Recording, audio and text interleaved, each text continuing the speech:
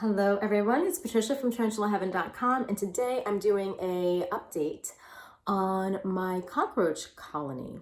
And I'm doing this because it is slightly tarantula related, and also every now and then, maybe like once a year, I make a update about my roaches, and you guys are actually pretty interested in them.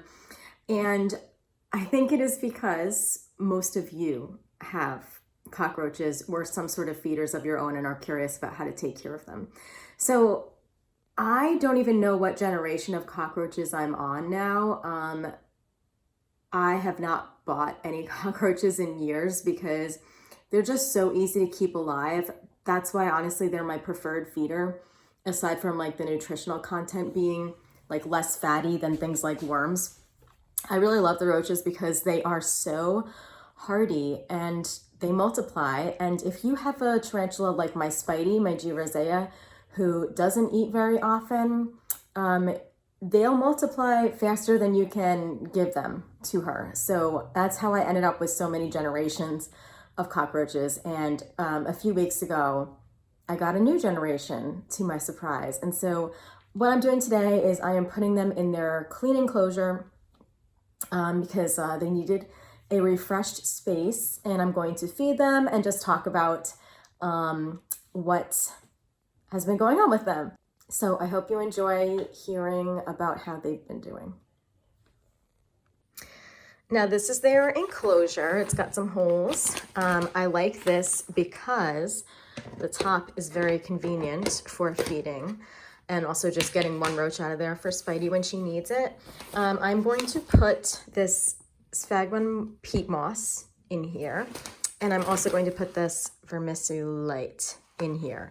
The reason I use these two things is no particular reason. I could totally use some of Spidey's coconut husk fiber substrate, but I don't use these in her enclosure, so I just figured I'll use them up on the cockroaches because I don't have any other use for them. So yeah, and I'm just gonna like mix them together. The cockroaches are like not very particular, so they'll at least have some clean dirt and stuff to be in.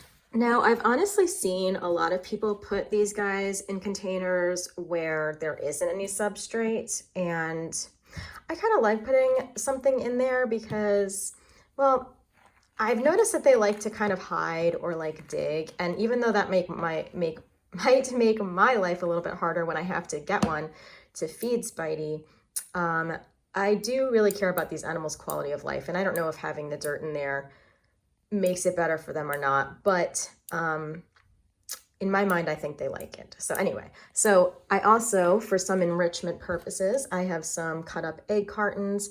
They love to hide in these dark places. And since I have quite a few cockroaches now of different sizes, I want to give them some areas to kind of like play in or just, you know. And sometimes I'll also use these for food, to put the food in just so that like it's not messing up the dirt. And I'm actually kind of curious, guys, like how often, if you do use dirt in your roach enclosures, how often do you clean them? Because I'll do a lot of spot cleanings and stuff with the food, but like doing an actual full change of the enclosure doesn't happen too often for me, and I'm wondering if I'm doing that incorrectly. So please let me know. I'm sure you guys know more about this than I do. Because despite having roaches for a few years, I don't do much with them. I try to give them a good home, feed them a good diet. But in terms of like actually knowing how to take care of cockroaches in like the best possible way, I definitely don't know as much as I do about tarantulas. So yeah. So here, I believe I've gotten all of them in here. And as you'll see, I have lots of big ones. I have some that look like to be late teenagers or young adults. I don't know how you really gauge how old a cockroach is. Then we have these like, where is it? Babies, so tiny. Get out of here. You see this little baby? Maybe I can zoom in. Oh yeah, very tiny. There's actually quite a few babies, but they're probably hiding. Yeah, there's some little ones. those aren't as small as the other one. Let me see if I can find more. Oh, that's a baby. Very, very tiny. Kind of cute, actually. And I never thought I would say that. So yeah, I have actually quite a few that are as small as that, and they will not be ready for quite a while. But Spidey has a few big ones to eat for now. She actually has eaten this size before. I prefer to give her the larger ones though, because she can catch them more easily.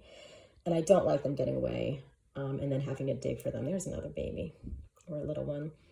So yeah, let's see if we can find more babies because I had quite a few. Oh, there's a hidden one.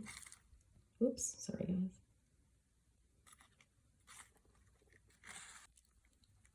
I got one hidden in there. These guys like to hide. Oh, hey. So, got quite a few different generations in there. Spidey's about to go into her hibernation mode because it is fall. So she'll probably eat a few more times before she goes into her regular winter hibernation where she probably won't eat for a few months. It's not absolute. I mean, she can always surprise me. Rose hares in general just do whatever they want. They are quite infamous for being very weird about their eating, but historically she usually doesn't eat much in the winter when it gets colder. So, but yeah, and now speaking of eating, I'm going to feed these guys to finish off this new enclosure so that they can be happy and keep growing. Okay, the potatoes are in there and they're already starting to examine and eat them. And you can give these guys a variety of things. A lot of people give them carrots, cereal, fruits. Honestly, you can give them anything. I've also had really good success with apples, but they really like the moisture of those potatoes. And I've tried a few different things. Carrots, for me, didn't really work out very well. I found that the carrots kind of dried out pretty quickly, but they really loved potatoes. But one thing I did want to ask you guys, because I one time didn't have anything else to give them. And so the only fruit or vegetable I had in my house at the time was an orange.